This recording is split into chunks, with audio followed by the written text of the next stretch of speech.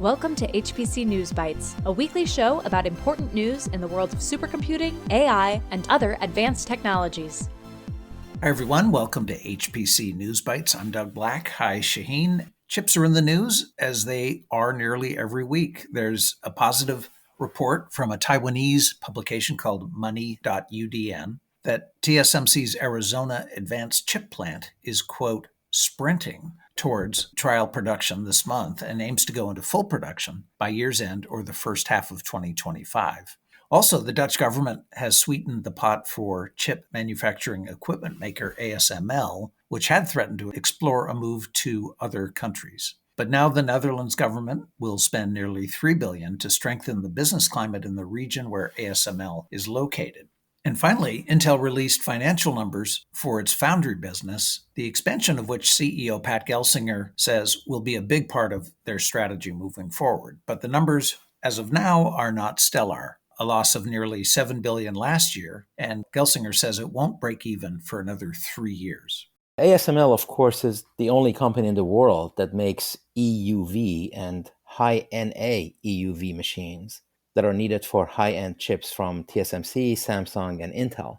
There are more producers for the older technology, DUV, standing for deep ultraviolet. ASML made extreme ultraviolet, EUV, work and then upped the ante with high numerical aperture, high-NA EUV, and it has become Europe's most valuable technology company as a result.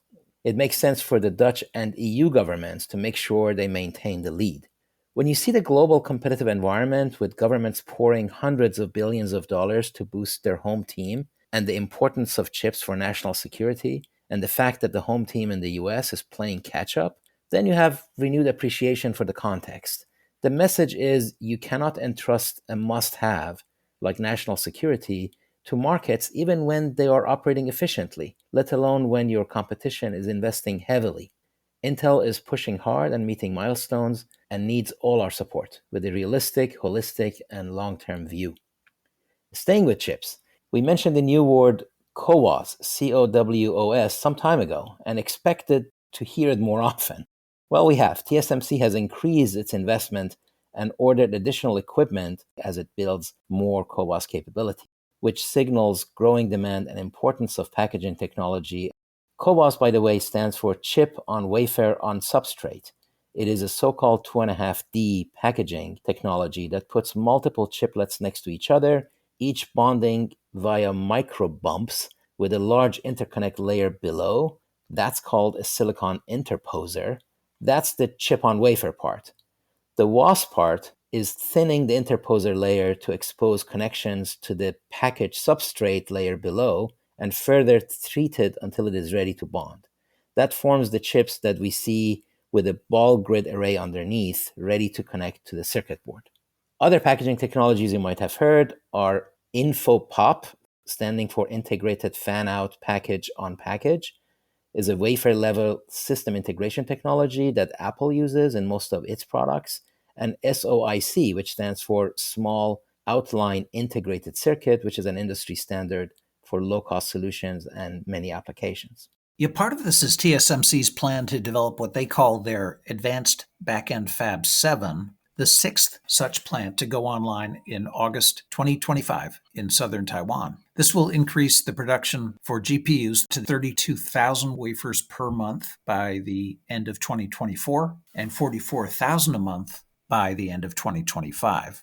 And by the way, this is not to the exclusion of the other packaging technologies that also will be growing to accommodate different market segments.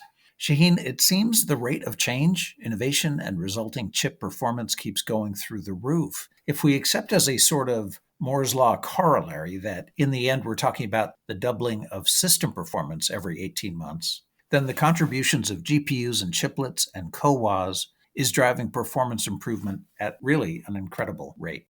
More on chips. Memory chip company SK Hynix announced it is investing nearly $4 billion in a high-bandwidth memory fab in Indiana and an R&D center with Purdue University. The project will be an advanced semiconductor production line that will produce next-generation HBM used in GPUs for AI. So SK Hynix is a major South Korean company, and it plans to begin mass production in the second half of 2028. while the new facility will also develop future generation of chips and house an advanced packaging R&D line. Finally, there's quantum news that's creating quite a stir. A Quantinuum Microsoft joint effort has achieved an advance in fault-tolerant quantum by, quote, demonstrating the most reliable logical qubits, an achievement previously believed to be years from realization, unquote, the companies said. Yeah, fidelity and therefore quantum error correction is the most important need for qubits and the specific operations that they can perform.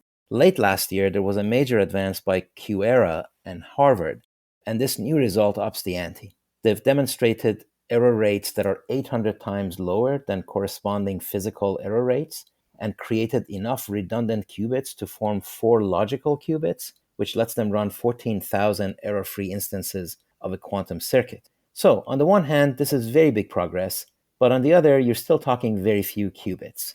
But it certainly accelerates the path towards a quantum computer that can deflect errors and keep running, what the industry calls a fault-tolerant universal quantum computer. All right, that's it for this episode. Thank you all for being with us. HPC News Bytes is a production of Orion X in association with Inside HPC. Shaheen Khan and Doug Black host the show. Every episode is featured on InsideHPC.com and posted on OrionX.net. Thank you for listening.